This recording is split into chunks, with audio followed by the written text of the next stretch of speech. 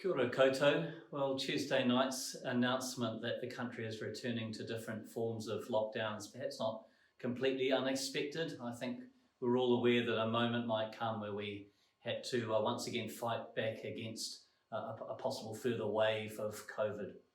But here we are around most of the diocese having to move immediately to level 3, which is a stricter form of lockdown than the rest of the country is going to be in. Just to be clear about what the boundaries are on that, because part of the diocese will be level 2 and part level 3.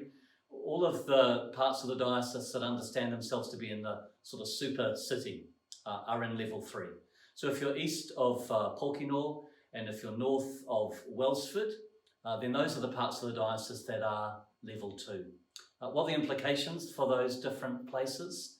The level 3 parts around Auckland, we're in a much stricter lockdown whereby we can't gather at all, we must work from home, and gatherings are simply not allowed other than for necessary weddings and funerals where as many as 10 people could gather. If you're in the level 2 areas, you could still hold worship on Sunday, but with no more than 100 people, and our advice is to return to communion in one kind only. Look, we're going to be pushing out all of that information and some of the detail around that over this next 24 hours, so please watch out for that and look for it on our website. But I think we should nevertheless, in the level 3 parts of the diocese, even though we're being told it's only until Friday midnight, I think we should be making preparations to still be in that lockdown over the weekend and to be ready for online worship on Sunday. That would be a wise kind of provision to put in place. We've been given very short notice for all of this, but I think so many people around the country have developed good plans and responses for coping with lockdown.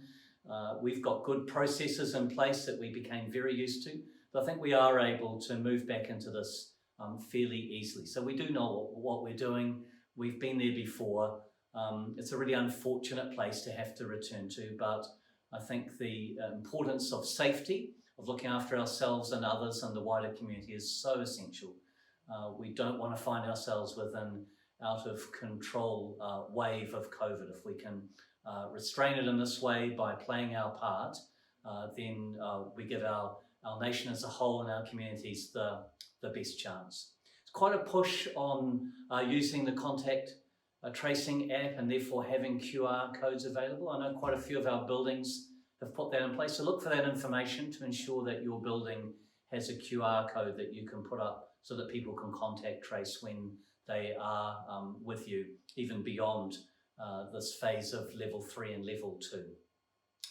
We do have an eye on things that are upcoming, and especially Synod, that's not that far away now, less than a month away. We'll have to see what happens beyond this Friday, and we'll make more decisions about that next week. Certainly, in the meantime, we're planning to hold those pre-Synod meetings in an online way on Zoom, so you'll be getting information about that, those of you who are members of Synod.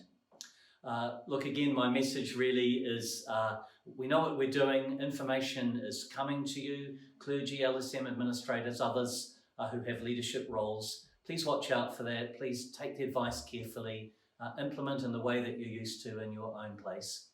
But above all, let's remember that we're a people of prayer and that we do want to hold all of this within the grace of God as we find once again those gifts of perseverance and strength and as we play our part in allowing not only our church communities but our wider communities and the people within them to be safe.